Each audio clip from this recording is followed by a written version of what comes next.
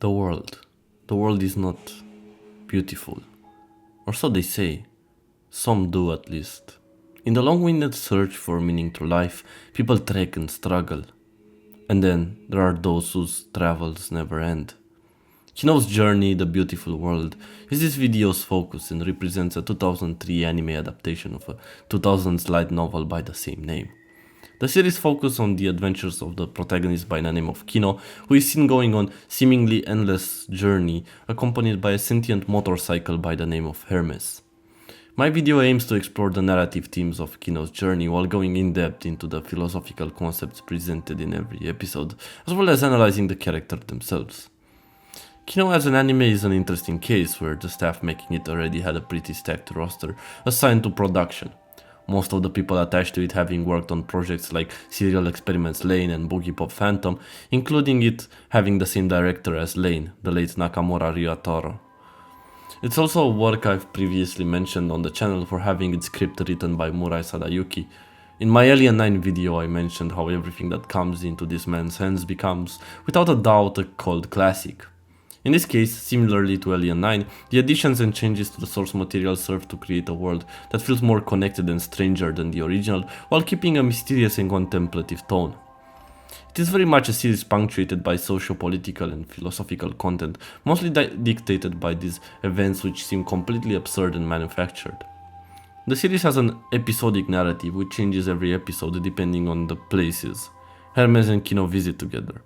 The world is split into what feels like hundreds of countries, each with their own lores and histories which have chosen lives of isolation. In that way, it feels very similar to a modern-day reimagining of Gulliver's Travels, one derivative of the turn of the century's Japan's problems.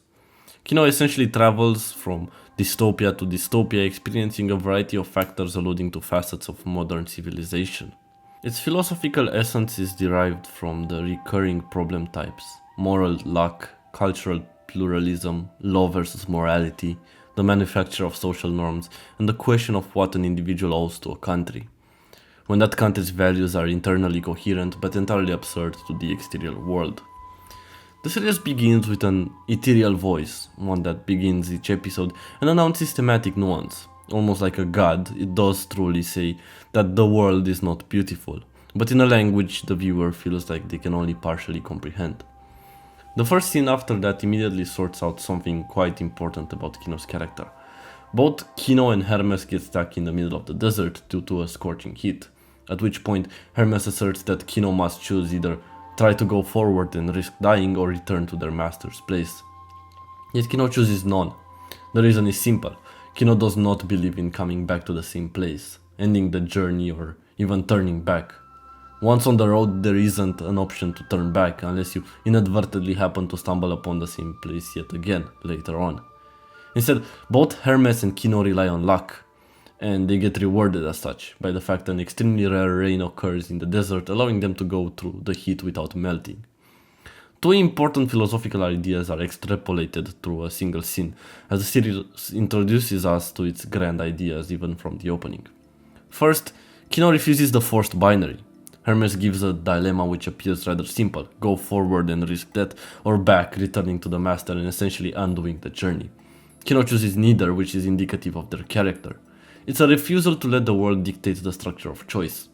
In moral psychology terms, this resembles resistance to framing, the ability to step outside the offered menu and ask what choices are being smuggled in by the way the problem is posed.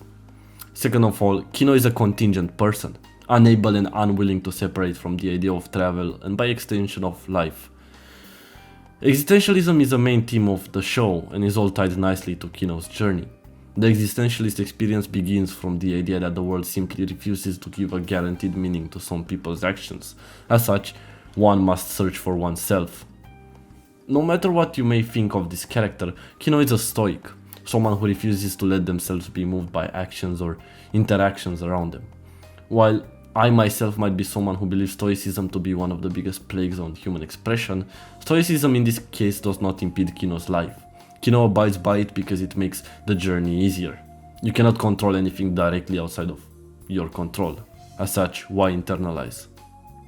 The rest of the episode focuses on Kino's visit to a country where everyone locks themselves away, leaving robots to create a space worthy of tourists.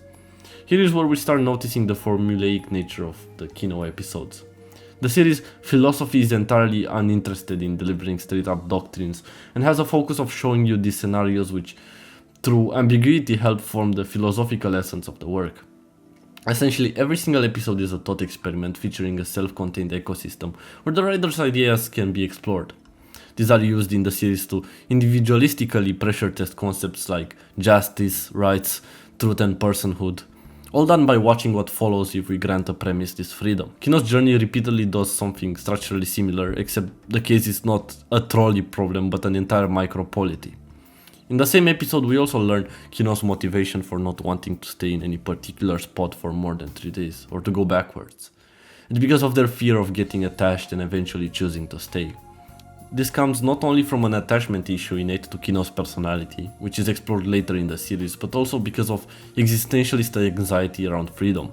Think of how in existentialist thought freedom is terrifying, because every choice you make narrows future possibilities. It's an impermanence also found within regular Japanese life, as part of Buddhism. Attachment as religious aspect is a part of suffering, rooting one's heart as such. One loses discipline when they get attached. On the way out of town, Hermes and Kino meet a man who is deadly scared of them, but when he realizes they cannot hear his thoughts, he calms down and invites both over for tea. There he explains the story of his country and what happened to its residents.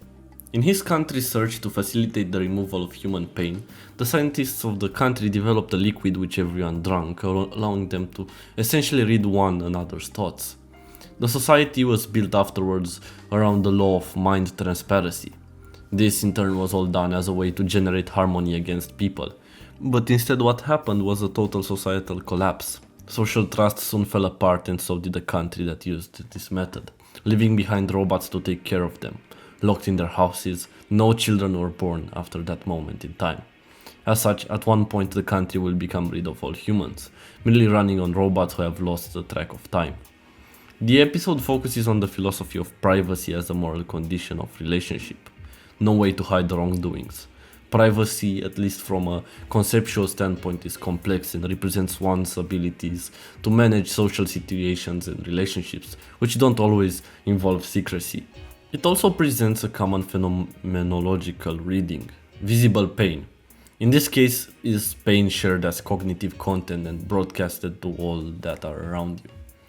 This country destroys the elements that made humans unique, and as such there is no more first person. Their existence is relegated to a distant observer of others, almost existing as them. The episode critiques a modern assumption that more information is inherently morally progressive.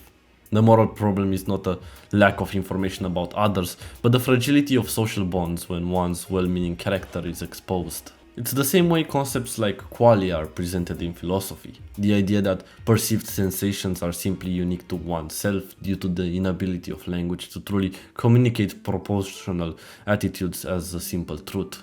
One's color red might not be as red as another's. In describing that it's redder, the other person fails to grasp still what you are experiencing. The ending of the episode, however, is bittersweet. As earlier we learn of a couple's slow destruction, as none of them were interested in each other's hobbies, and because of the effect of the liquid, the household life became more and more painful as more time went on. At the end, upon leaving, Kino notices the man is tending to a garden of flowers, when in the past he used to not care about flowers. On the long road they take to leave the outskirts of the country, Kino spots a woman's house where she's spotted listening to a vinyl. Both the ex-wife and ex-husband have adapted from that experience, and it shows that someday they may be able to relive together again. As Kino rides into the sunset, the quote from the beginning of the episode gets completed. The world is not beautiful, and that in a way lends it a sort of beauty. The world is not beautiful, therefore it is. It somehow encapsulates the entire show's feeling. Because awful things happen, there must be ways for good to resurge in all of humanity. This brings me to my next point, that is, the series resembles the Enlightenment philosophical satire of Candide, a French satire written by Voltaire, which focuses on the eponymous character being taught Leibnizian optimism by his mentor, only to slowly become disillusioned with life. Candide travels through horrors and follies which slowly become a critique of metaphysical optimism. Just like in Kino's journey, the main character reverts to this optimism head-on. This ends up creating an overlap with the catalog of cities, a tradition which within the show's universe can be drawn onto the comparison to the idea of the invisible cities presented in the novel by the same name, written by Italo Calvino. Similar to that book as well, Kino travels between a variety of cities, and each place ends up embodying a human condition, instead of inhabiting characteristics of a realistic geographical location. That works as such probably parallel each other best, since Invisible Cities also tackles ideas of exploration of the human condition through location, having been split into structures like cities and memories, cities and desires, cities and signs. An important consequence for interpretation, because each country is engineered around a theme, the show is less interested in world building continuity than in world building as argument. This is why I see it often described online as a series of what ifs, emphasizing metaphors and symbolism more than anything else that would form this structure. Of course, not entirely all episodes are focused on countries as a concept. There's very few exceptions, but one of those is episode 2, which instead focuses more on the value of life in isolation.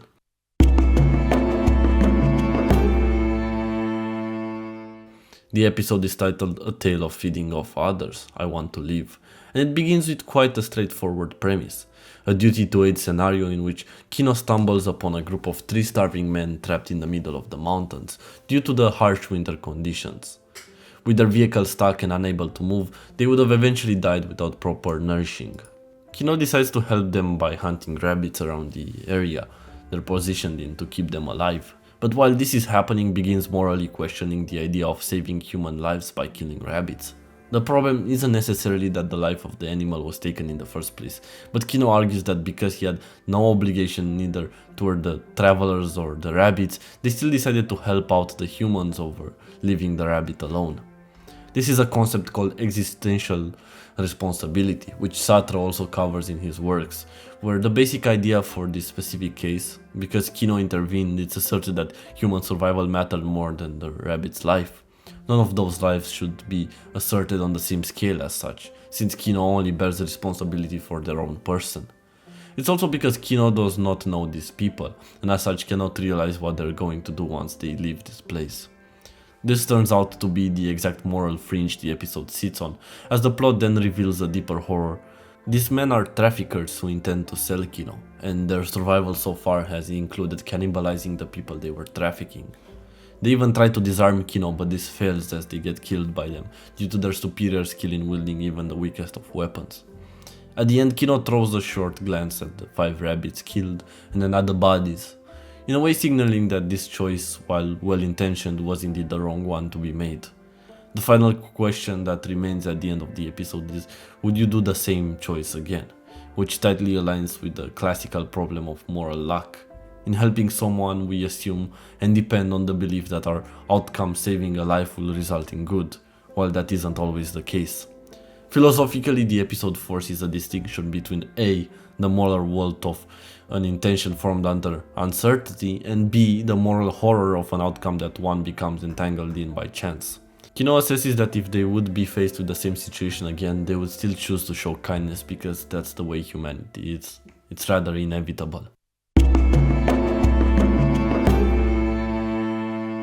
As the 3rd episode begins, we see a contemplation of Kino's existence, as they state that the only thing real in that moment is the fact they can hear the insects chirping, and then tell Hermes that sometimes travelers become poets. This is in turn similar to concepts like Husserl's elaboration of phenomenology, which says that the world of objects and of ways in which people direct themselves toward and perceive those objects is normally conceived of in what we call the natural attitude, which is characterized by a belief that objects exist distinct from the perceiving subject and exhibit properties that people see as emanating from them. As such, societies don't stay one way. Objects only exist in the moment as a person sees it, part of their perception. 3rd episode focuses on Kino's visit to a country whose population believes the world is going to end soon. This is all in accordance with a book they possess, one authoritatively titled The Book of Prophecy. This episode's themes entirely hinge on the idea of interpretation and the violent social work this can create. In the story, there are two priests, each of them having a different interpretation of when the world is going to end. As such, in their final moments, everyone appears tranquil. Kino gets to stay over at an inn and get things much cheaper, if not entirely free. It's kind of the opposite of the last day from Majora's Masks. Everyone seems at peace with the fact they are mortal. In reality, the two priests' readings of the same artifact produce collective expectations about time, fate, and responsibility, all of which becomes relevant in the other half of the episode. As Kino leaves this country to head to the next, they are invited to participate in that country's tradition, which involved wearing a pair of cat ears and dancing around. Kino decides not to stay for long, and while leaving the country they encounter the country's old royal family. The royal family's heir says that the nation once possessed stable traditions, but over time, travelers began to question them, mock them, or simply express disinterest. In response, the country adapted so that every time a custom was found to be disliked, it would be replaced. This happened again and again, until the act of replacement itself became in a way their own tradition. Even this meta-tradition is temporary, however, since given enough time and enough travelers, it too will dissolve just like the entire country's past history. In a way, this country showcases multiple ideas among which we can find the influence of the outsider as well. The episode goes on and presents the last country, an entire country based on the idea of sorrow. Here, there used to be a poet who wrote some of the most beautiful poetry, and one day the king of this country tasked him with writing a sorrowful poem. But because the poet had never experienced sorrow, he could not. He was given 19 days before he would be executed. Days passed, and on the night of the final day, his wife appeared before him and sliced her throat in front of him. The sorrow of her death allowed him to write a poem so dark it shook the entire country and eventually killed the king of sadness. This follows a simple idea that of the violence embedded in the demand for authentic art and the effects of such interactions. This poem comes back to loop around as the words of the poet are revealed to have been written in the original book of prophecy and taken as word from God by the people in the country with two priests. The philosophical concept most directly activated here is hermeneutics, the study of interpretation. Hermeneutics treats interpretation itself as a subject, how meaning is produced in and through texts, intentions, and social practices, and how interpretive toolboxes create concepts. As we see in the episode's end, yet another country who had access to the scripture invades their neighboring country, because they interpret some of the poem's lyrics as being to crush the enemy. The episode as such criticizes the temptation of prophecy thinking, the desire to externalize responsibility. If catastrophe is written, then moral agency tells us it becomes either compliance, like the country did in the beginning, accepting their fate, or scapegoating and blaming it on the next country just to justify the prophecy. The episode ends with both Kino and Hermes wondering if the prophecy was right all along, since no matter if the world ended tomorrow, the effect would still be the same. All of the people of that country having died in war. The fourth episode is much more focused on Kino's backstory than any other episode. It shows us how she became the person she is now. Yes, I said she.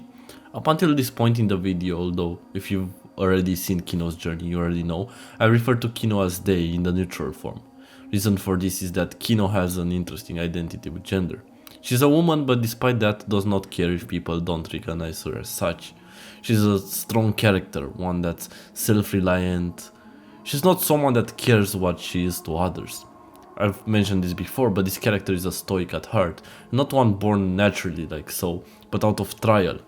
The land she comes from is the land of adults, something not initially explained to us. The gist of it is that in this country, every child on their 12th birthday undergoes an operation to become a hardworking adult, effectively removing all parts of their brain that the country believes make them a child. The operation is almost like a biopolitical thought, particularly the idea that institutions may attempt to engineer citizens by regulating the body and mind, ideas shown in Michel Foucault's doctrine.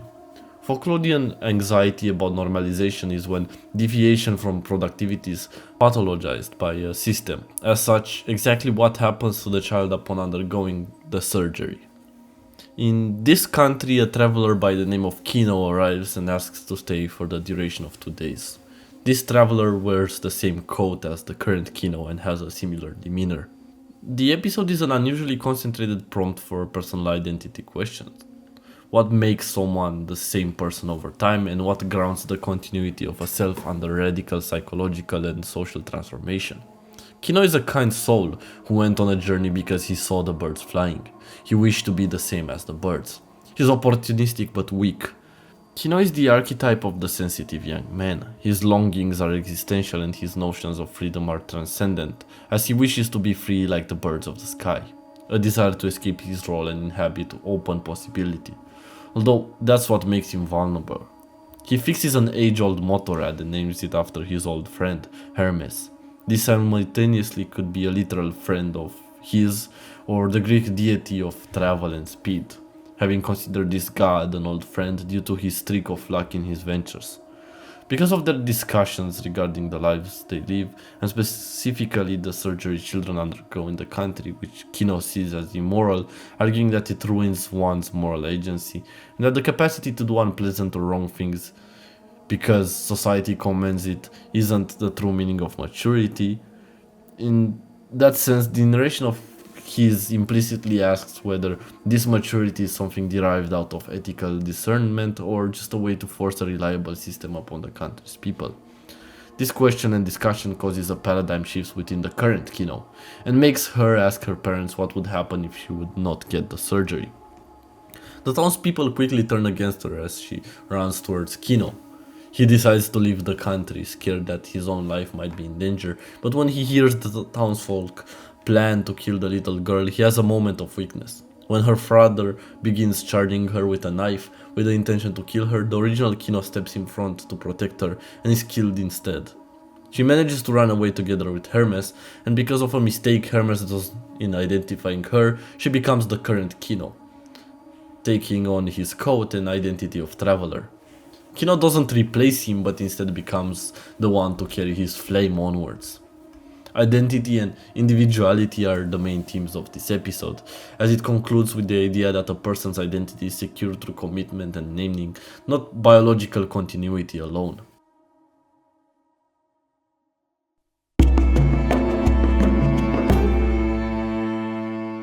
The fifth episode features a variety of environments, but its main story plot point focuses on Kino and Hermes going down the tracks and eventually meeting three old men, one at a time. The first one has been polishing the railroad for 50 years without knowing one further back has been removing the tracks for the same amount of time. That person also being unknowing to the fact someone has been placing tracks for the exact same amount of time. All three's jobs are as such meaningless to a certain degree. The first person's job gets invalidated by the second and third, and the second by the third. The immediate theme that comes to mind is the absurdity of labor. The men are like figures from Camus' philosophy, particularly the image of Sisyphus taking upon them a task that seems endless and pointless, clearly given to them as persistence or some sort of divine joke. Speaking of divine, all three of them inherit a certain cyclical function, which is the same as in the Hindi Trimurti. One preserves, representing Vishnu, another destroys, Shiva, and yet another, Brahma, is the creator. These people's lives are heavily contrasted by those presented in a story Kino tells the first railway worker about a country where nobody has to work. A country so automated and rich that nobody has to work, yet still they do in order to stress themselves. Why do they keep working as such? Because the country system rewards them based on how stressful their work is. This, of course, is a straight jab towards late-stage capitalism exploitation, particularly in the sense described by thinkers like Byung-Chul Han, in that the individual no longer is forced to work by anything but by the internalized pressure to stay productive. When these two are placed next to each other, it feels rather ironic. The railway men labor within an objectively meaningless loop, unaware of its uselessness, while the citizens of the automated cities simply slave themselves away, not really because they have any of the needs like the people of the railroad, but because of their psychological necessity to feel productive. It's also a showcase of Kino's inherent need to avoid disturbing the status quo. If any of these men might find out their work is either meaningless or turn someone else's work into one without meaning, what may happen? The second half of the episode focuses on a deserted country where only one man exists. The country was originally led by a cruel monarch. The people revolted and turned the country into a democracy. Unfortunately, they also decided that all who would oppose majority vote would be executed. This in fact turned the country into an oligarchy, since the people who valued their lives can vote nothing but the winning side. This eventually leads to the death of all people inside the town by virtue of voting. Only one man remains, who in a twist of irony gets outsmarted by Kino and Hermes since they managed to vote him 2-1 and leave the country.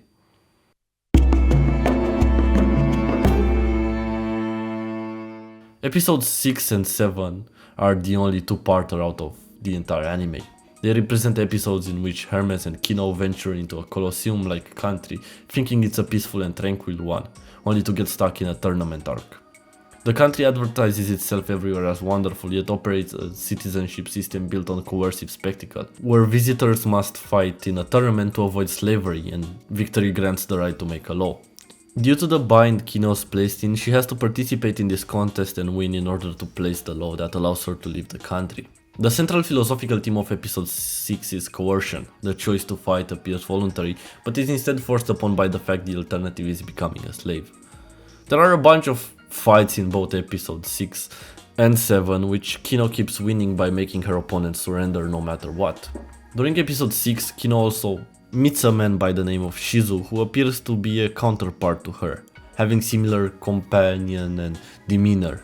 Shizu tells her the current king of the nation murdered his father 7 years ago to take the throne and had his children banished. As we'll learn later, especially during episode 7, Shizu was the rightful heir to the throne in reality. Episode 7 focuses on the king mostly, showing the semi-finalists a theater play of his life, showcasing his cruel nature and need for constant entertainment. Before entering the finals, Kino reflects on the reason she came here in the first place, because she had met a woman with her husband at one point on the road. Going to it. She met that woman again, this time alone, and when she asked her how that country was, the woman replied wonderful, with a smile on her face. Kino's motivation is the need to understand that smile, which she comes to the conclusion she could never understand as she realizes that she's wasted 3 days. It's one of those quiet moments I still think about to this day when thinking about this show, because her smile could mean a million things. Again, touching on the concept of hermeneutics and openness in interpretation leading to goals. This whole political affair culminates in the last fight. In the final, Kino ends up against Shizu but fakes shooting him instead, firing a flare at the king and directly killing him. There isn't much to say about this duology other than the fact it refuses a neat utilitarian balancing and instead highlights the ugliness of political agency and monarchy, especially under tyranny. However, as you've noticed, every single episode builds into Kino's identity. Every action she does and chooses is indicative of her true self. This is a person who abides by their set of morals and refuses to lie. Kino's identity is not revealed through declarations, and as such, each of these small ethical tests and the accumulation of these tests gradually outlines a character defined and driven by an unwavering wish to exist. In that way, many things in this universe fight for their wish to exist. In episode 8, we follow a character living in a so-called land of wizards. Of course, in reality there are no wizards. The so-called wizard was an old man who used to live on a hill making mechanical contraptions. The people found him odd because his creations didn't always help crop yield, and this society is purely focused on how much crops they can produce. His house and sketches are inherited by a girl named Nimia, who begins trying to build an aircraft. Of course, this backfires and the citizens keep denying her need to break outside the norm. They disallow it again and again. This concept is called normative limitation, and in philosophy it's when a community defines value narrowly, leaving those who don't comply to the norm as complete outsiders. Because of Kino's intervention, Nimia's invention succeeds, all the villagers having appreciated her hard work. She contemplates the idea that if it wasn't for this traveler, her entire life's worth would have gone unappreciated. At the end of the episode, Kino reveals in reality she didn't believe the machine would fly in the first place, yet she still chose to help her regardless, just because that would be a kind act. Kino herself would feel accomplished had someone believed in something she did that much. This episode tackles both the idea of the norm and human potential, as Hermes even spells it out for us at the end.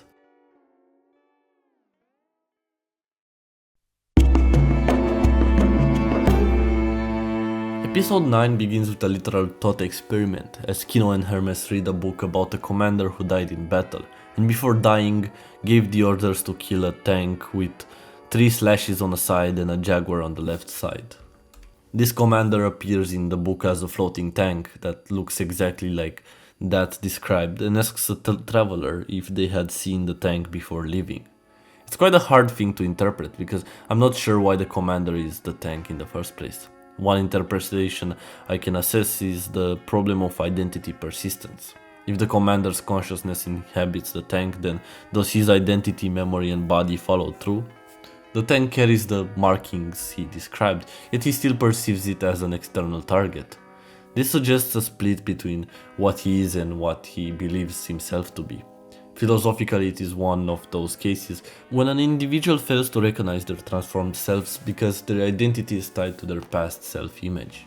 Anyways, the story is part of the book. Kino wants to exchange once her and Hermes get to the kingdom of books. There, you can only get as many books as you exchange. On the way there, they meet a traveler and help him to his feet. He gives Kino the book about the tank and the commander, and they go their separate ways. Upon entering the country, Kino quickly discovers all of the books present in the library have been handpicked as safe books by a commission responsible of grading the books. It's a clear example of censorship, plain and simple. The government did this specifically because there were people that could not distinguish between fiction and reality. There's also another aspect to this, that being there's a contraband force looking for a specific author's books. A resistance who looks for books like those Kino got. This author had read all of the books the country had to offer from the vast library and quickly disappeared afterwards, claiming he had written everything in this world. Beyond that, near the midpoint of the episode, this mysterious author begins appearing and claiming that every action is predetermined, written down, and as such everyone exists as part of a simulation, a book of which they are their own protagonists.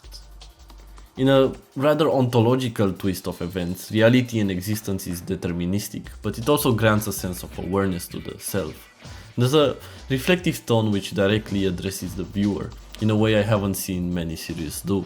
Essentially, this reality is a simulacrum, an existence without an original, a representation that no longer refers back to a stable reality. This is all built on top of a metaphorical feedback loop. The country censors books to protect reality from fiction, yet the author appears and asserts that reality itself is already fictional. As a result, reality itself begins becoming increasingly hyperreal and absurd, until the end of the episode when it's revealed that all of the events were happening in the book Kino was reading. Furthermore, the book seemed to have blank pages. Now that it had been read, or had it had them all along? Kino is unimpressed, but upon entering a clearing she meets the tank from the story. In a way showing us that Kino reading the book created the image of the tank. It shaped and warped the real world scenario into that which was previously fictitious. It almost shows aspects of idealism, the same current pushed by people like George Berkeley. Idealism proposes that reality is fundamentally mental or dependent on the mind. In its stronger forms, the external world has no independent existence apart from perception or consciousness, which makes thought constitutive of reality rather than merely reflective of it. For this story, it would mean whatever is read and enters consciousness, eventually escaping it, changing the real world. So the book does contain everything ever written in some way. It's just up to the reader's imagination. The 10th episode has an interesting focus, which is very much alike to other series like Ghost in the Shell, for example. It focuses on mechanical dolls, rather a woman who thinks herself to be one. In this episode, Kino and Hermes stumble upon a country which has been fully submerged by water and end up living in this family's house with their robot maid. As the episode goes on, the family starts appearing stranger and stranger every time, until the inevitable reveal that the only human person in the household was the maid, who was never a robot to begin with. The maid dies and the robots reveal she was their creator, but after losing her family in a war that devastated the country submerged, she had gone insane and now believed she was a robot made to serve them. They decided to go along with it and instead take care of her the entire time. She had made those mechanical dolls to entirely free humans of manual labor, but now her goal could not be achieved. It's a strange illustration of someone's coping mechanism coupled with ideas of purposelessness and meaning of life. The maid's life got turned around as she simply acted like a slave to the robots she made to feel that purpose for her, while the robots became increasingly more worried about her. Upon her death, the mechanical dolls beg Kino for a purpose, to help her somehow, but she says she needs nothing.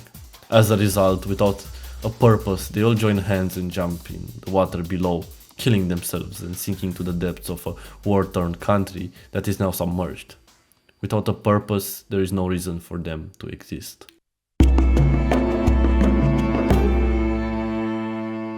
Episode 11 begins with Kino and Hermes drifting on a raft. Kino's on her back and says that moments like this put her in deep thought about the meaning of journeying and the meaning of life. Kino begins thinking about her journey, and specifically about people she met on her journey and chose not to intervene for. It begins with a story about a man who used to be a mercenary, but redeemed himself, being part of a country whose ideals was redemption. He decided to atone to his sin of killing a woman's husband by dedicating his life to protecting her. When a man asks Kino for her advice in travels, she just tells him not to lose his life, which he does as soon as he leaves town. On the outskirts, he gets shot by the widow whose husband he had killed. She states that the fact he had become such a kind soul is the most unforgivable aspect of his existence. The widow then asks Kino why she didn't try to intervene, and Kino's response is simply that she isn't God. Kino as a character is one that exhibits existential humility more than anyone else. She recognizes that this perspective of her isn't one that encompasses these people's lives, and in reality, morality is quite subjective to lived experience. This is intercut by a return to the present time, where Kino admits she gets scared when interacting with people on the road. Just sometimes, because she just passes through when the rest of them don't. She enters lives only briefly, while their consequences persist long after she leaves. And that's where the humility I talked about comes into play. The asymmetry of these interactions is what grants her peace of mind, in the idea that one's life doesn't hang on intervening on others. Another story from their travels involves a couple whose whole idea is preaching traveling without weapons, showing how useless violence is. The woman says her fiancé was killed with a persuader. This universe is equivalent to a gun. She says she feels no need to hate the killer no more because the circle of violence turned back onto him, and he was also shot by someone with a persuader. As the woman leaves a bit, the man reveals he is the one who killed her fiancé's killer and has been murdering all those who approach them while hiding it from her entirely. Kino finds 10, maybe 20 bodies, all of them mangled, none of them even having gotten the chance to shoot. This story showcases a Nietzschean critique of moral appearances, the concept that one appears morally righteous while internally disbanding said moral laws. This of course is done unknowingly by the woman, while the man's motivation symbolizes a Freudian dimension of repression. His wish for her is so powerful that he is willing to morally step over her in order to keep this secret repressed. Kino also reflects on the way she met her master. In the forest, an old woman appeared before her when she had just left her home country. The woman taught her everything she had to know to survive this world. Both Kino and Hermes reflect on their encounters with people and come to the conclusion they like the encounters with people because those are the entire reason for the travel in the first place. The second half of the episode is focused on Kino and Hermes visiting a wise man. Slowly, the wise man begins revealing that he is not wise because of any type of strong will he possesses. He's like that because when he was in his youth, he ended up in jail, having committed a heinous crime. The country he was from decided to use him as a test subject for an experiment which erased self-consciousness, what they believed to have been the root of all crime. The experiment, however, failed. It did indeed erase his consciousness, but the result was someone who had lost the will to live or work. If all people became like him, his country would fail. The country's intention, while logical, appears barbaric because they assume moral disorder is fundamentally a mental phenomenon that needs to be changed.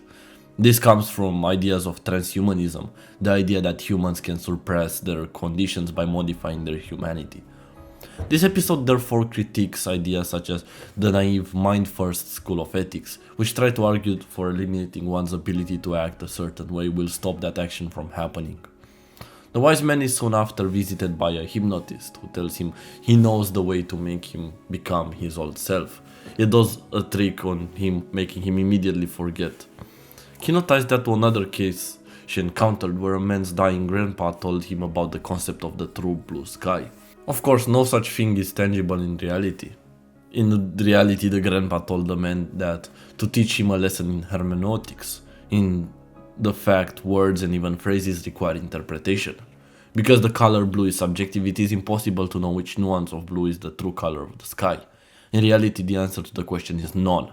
Again, built upon ideas we also discussed earlier when talking about interpretation. Qualia is once again relevant. Once the wise man hears all this from Kino, he realizes he's been tricked by the hypnotist, which results in the man realizing his true feelings all along by achieving enlightenment. It is also revealed that his caretaker was someone who was assigned to kill him if he ever went back to his original state. She is someone on whom the experiment succeeded and now has no consciousness of her own. Her existence and that of her country is likely a critique of technocratic utopias and one's need to sacrifice subjectivity to have order. In the final moments of the episode, Hermes argues that Kino isn't so different from those she encounters, but Kino retorts saying that as opposed to them she tried to live her life consciously. Kino is someone whose character shows her existential authenticity. It's particularly similar to the ideas proposed by de Beauvoir. To live consciously is to accept uncertainty, contradiction, and the burden of choice.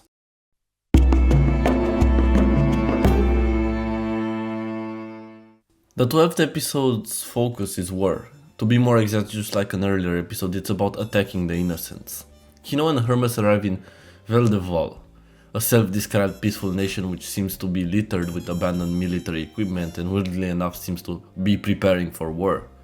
Kino is interested in what's happening within this seemingly joyful country and why it looks so war-torn, so she decides to visit the country's museum. There, a certain curator explains that after over 192 years of war with the neighboring country of Relsumia, a solution was found and a deal was struck between both countries. The solution is quite terrifying, as both countries' armies attack a nearby defenseless tribal village of people named the Tatatans, and whichever army causes more casualties wins annually. They've essentially turned the genocide of the less fortunate into a sport for them to fawn over. As such, peace is simply a descriptive term for the social construct of being safe, and in this case it becomes the very part that justifies the continuous murder rhetoric. What both countries are doing is simply scapegoating to solve all their problems. Diplomatically, the conflict is stabilized through the pure and unfiltered torture of the Tatatans. Kino is a person driven by moral luck and sees this and still feels a sense of terror, because while moral luck concerns how people are judged for outcomes that depend on circumstances beyond their control, the woman in the museum is someone who precisely tries abusing the system. People who come in defense of the system could argue that centuries of war on both sides led to far less casualties being formed with the new agreements. Still, it's a ritualistic form of murder. At the end of the episode, upon leaving this country, Kino refuses to visit the other neighboring country, inciting the murder of the Tatatans. Still on the road, she gets confronted by them. They do not care if she's not from that country, they just need someone to pour their hatred onto. So they say no matter what Kino does, they will kill her. Essentially, the Tatatans also stoop down to the same level as their attackers in needing someone to scapegoat onto. As she tries to excuse herself, the Tatatans surround her and get really close to landing a hit, unfortunately leading to Kino being forced to use her persuader, killing one of them. Afterwards, they all disperse. There's a regret left in Kino's demeanor afterwards, but it doesn't stay long as she continues her journey deep into the woods. Moral luck having turned once again against her, forcing her to bear a tragic responsibility of wasting a life lest hers be lost.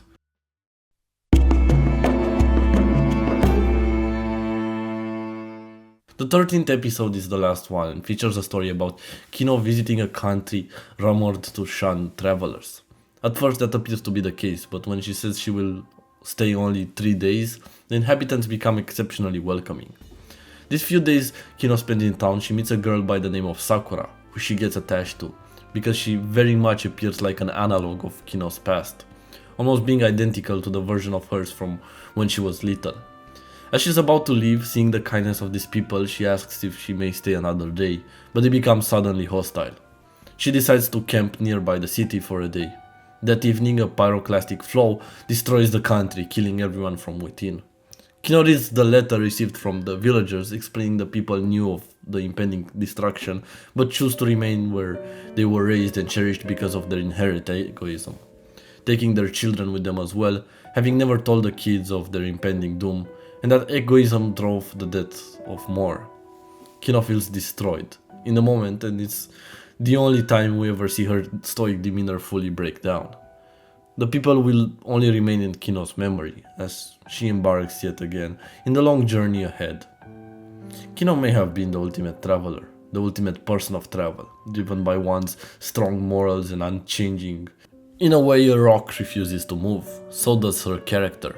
The series ends with Kino saying, "I don't know what to do now," insinuating that the travels and the journey may continue onwards, perhaps forever. Kino's journey is a beautiful exploration of the soul, humanity and human condition that shows us that no matter how horrible the world around us is, in some ways that ugliness turns it into beauty. May your travels be good, journeyman, and may you also imagine humanity's ever-present uniqueness to culture. Just like Kino, I too will continue my journey. Till next time at least.